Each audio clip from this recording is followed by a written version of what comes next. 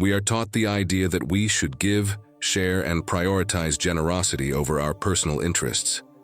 However, someone warns us about the dangers of being too kind and compassionate. We live in a world where we don't always receive what we give, as it is filled with generous people who deplete both their financial and energy resources through indiscriminate donations. If this is your first time on my channel, I ask for your help by subscribing and liking the video so I can continue creating more content like this in the future. Excessive generosity can even jeopardize our own lives. Be amazed by the unexpected negative effects that kindness can bring. Today, I will reveal the 8 things that happen to you for being too good and introduce 4 Stoic strategies to prevent people from taking advantage of you. Number 1. You will have unrealistic expectations of people. The Stoics emphasized the need to accept circumstances as they are and not base our happiness on the actions of others. By giving without expecting too much in return, you avoid disappointment and practice emotional detachment, leading to greater peace of mind. The root of this problem lies in our expectations. Assuming that others will respond in the same way as we do puts us in a vulnerable position. While it's natural to want others to appreciate and value our actions, Stoicism reminds us that we cannot control the actions of others, only our own actions and reactions. It's challenging for us to be completely altruistic in our generosity. Consciously or unconsciously, when we give everything, we expect others to do the same. However, you've become so accustomed to doing everything for them that they take for granted that you can handle everything, both in their lives and yours, especially yours, as they assume your responsibilities. The truth is that your expectations of reciprocity will not be met, and what will happen is that you will be in a bad mood, fatigued, frustrated, and disappointed. Stoicism teaches us that our true wealth lies in our ability to give, without expecting anything in return, finding joy in the act of giving itself and maintaining our peace of mind regardless of others' responses. Number 2, people will only expect you to give them something. The practice of moderation, highly valued by the Stoics, becomes an anchor in a sea of endless demands. Instead of yielding to others' unlimited requests, Stoicism urges us to balance our generosity. By giving in a balanced way, we maintain control over our actions and avoid falling into patterns that erode our emotional well-being. Often people adapt to situations and environments that are comfortable for them. This human tendency is where the concept of the comfort zone originates. If we constantly take on others' responsibilities, we allow them to stay in their comfort zones. They don't feel the need to grow or face challenges because they know we will always be there to cover their backs. The problem is not only for others, but also for us. By taking on others' responsibilities, we neglect our own needs and priorities. We find ourselves trapped in a cycle of giving without receiving, which depletes our energy and undermines our emotional well-being. Practicing moderation and giving in a balanced way allows you to maintain control over your own actions and avoid falling into habits that erode your emotional well-being. If you get used to giving all the time, the beneficiaries of your generosity will expect you to give them something all the time. It is essential to give, but it is also crucial to maintain balance by setting clear boundaries and practicing generosity in a balanced way. Not only do we preserve our own peace and well-being, but we also encourage others to take on their own responsibilities and grow as individuals. In this delicate balance, we find true generosity that nurtures both others and ourselves. Number 3, your priorities will be trampled upon. The Stoics emphasized the importance of living according to reason and virtue. Setting boundaries and prioritizing our own responsibilities is essential to maintaining balance and avoiding sacrificing our authenticity and well-being for others. If you are giving everything for other people's priorities, you may find yourself running away from something within you that causes you pain and fear. The emotions that arise in these moments of solitude can be overwhelming. The feeling of emptiness, deafening silence, and the longing for connection can generate profound emotional discomfort. It is in these moments that we often seek refuge in the needs of others. We immerse ourselves in serving others as a way to fill the void we feel within ourselves. The cost of this incessant giving is high. You lose yourself in the process. Your inner voice is drowned out by external demands, and sooner or later, when you face the stillness of your own being, the pain and fear you have been trying to avoid emerge with renewed force. It is essential to recognize that attending to our own needs and priorities is not selfishness. It is a form of self-care and preservation of our authenticity. The Stoics teach us that setting boundaries and living according to our own virtues is not only an act of self-love, but also a path to an authentic and meaningful life. The next time you feel tempted to escape yourself in constant service to others, take a moment. Acknowledge those uncomfortable emotions that arise in solitude and embrace them with compassion. Allow yourself to be authentic in your desires and needs. Set healthy boundaries and learn to say no when necessary.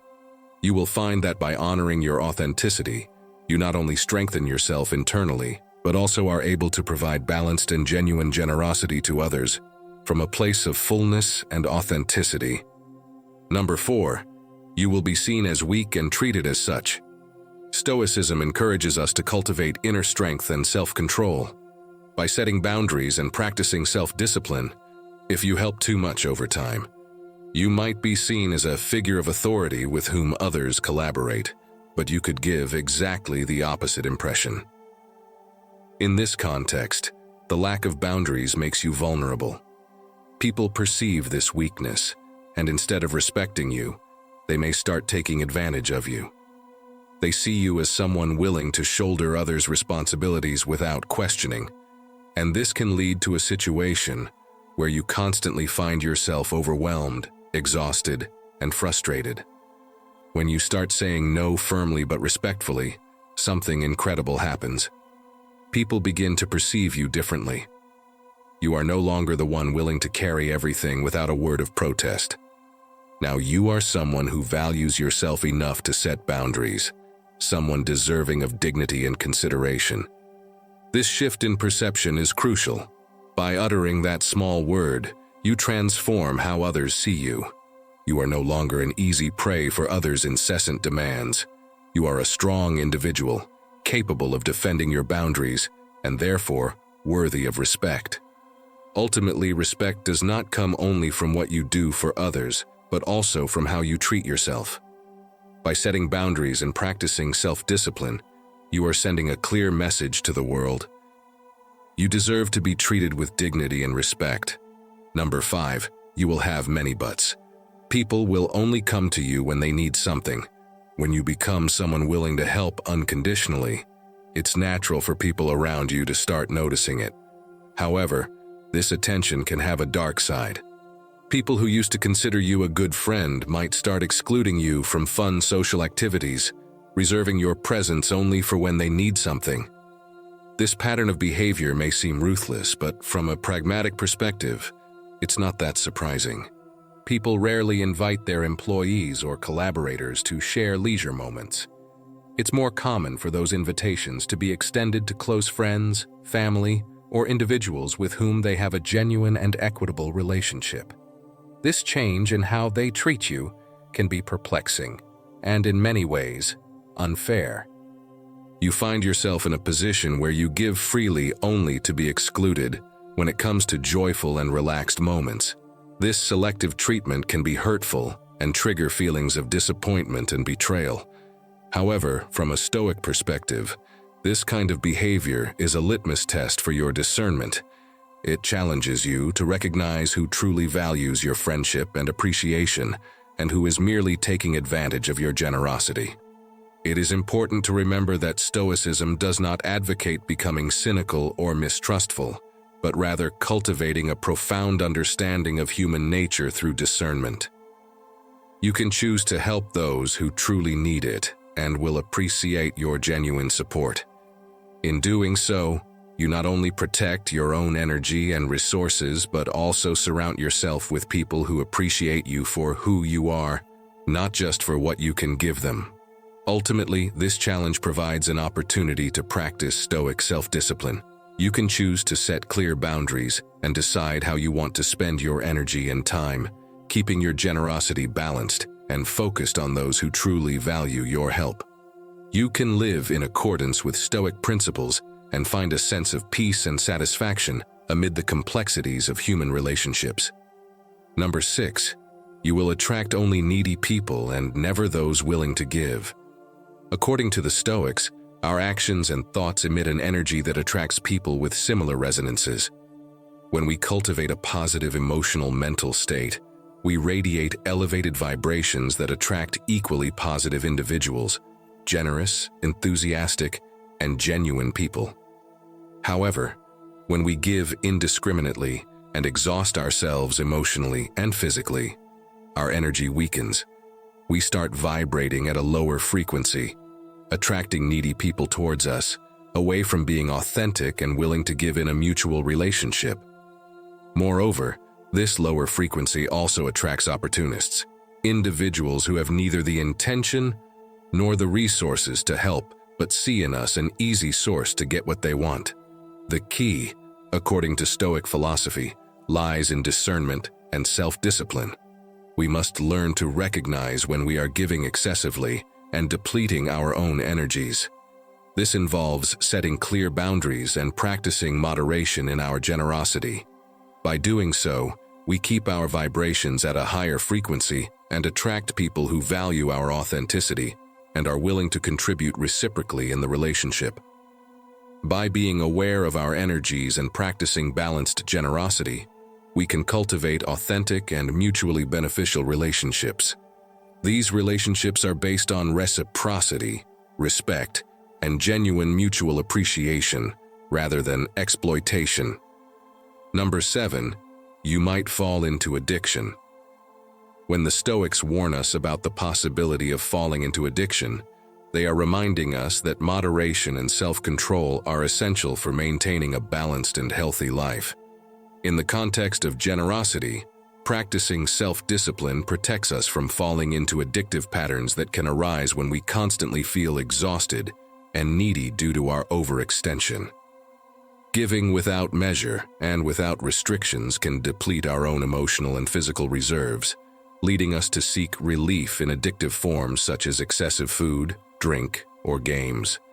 If someone trustworthy points out that we are resorting too much to certain behaviors, we should take those observations seriously. It is natural for our first reaction to be denial, especially when we are caught in the cycle of an incipient addiction. However, these concerns come from a genuine place of care and love on their part. Accepting these observations with humility and gratitude is a crucial step toward self-awareness and personal growth. By doing so, we are practicing Stoic philosophy in action, applying the principles of moderation and self-control to avoid falling into addictive traps that may undermine our health and well-being. Always remember that people who care about us do so with the intention of helping us overcome challenges and move towards a fuller and more meaningful life. By taking their observations seriously, we demonstrate deep consideration for our own well-being and a genuine commitment to our personal growth and long-term happiness. Number 8. You will arouse suspicion. Stoicism encourages us to act virtuously regardless of how others may perceive us. By focusing on living in harmony with our principles and values, we build a genuine reputation that is resistant to unfounded suspicions. Although we would like things to be different, the truth is that genuinely kind people are not abundant in this world. Therefore, if you are one of them, you will arouse suspicion instead of admiration and gratitude. It won't be long before you display your kindness for people to start wondering what is going on with you and what hidden intentions you have that you don't reveal to anyone. This means that you have found a group of skeptical people, not necessarily, but it is more likely to be realistic. Most overly enthusiastic people tend to hide intentions so sinister that it is better to stay away from them and give up the help they want to provide. Let's look at strategies to prevent people from using you. Strategy number 1. Listen to your feelings. They are talking to you based on the Stoic idea of self-awareness. Pay attention to your emotions and feelings. Stoics believed in the importance of self-reflection to understand your reactions and needs. By listening to your feelings, you can identify if you are giving too much and emotionally draining yourself, allowing you to adjust your approach and find a healthy balance.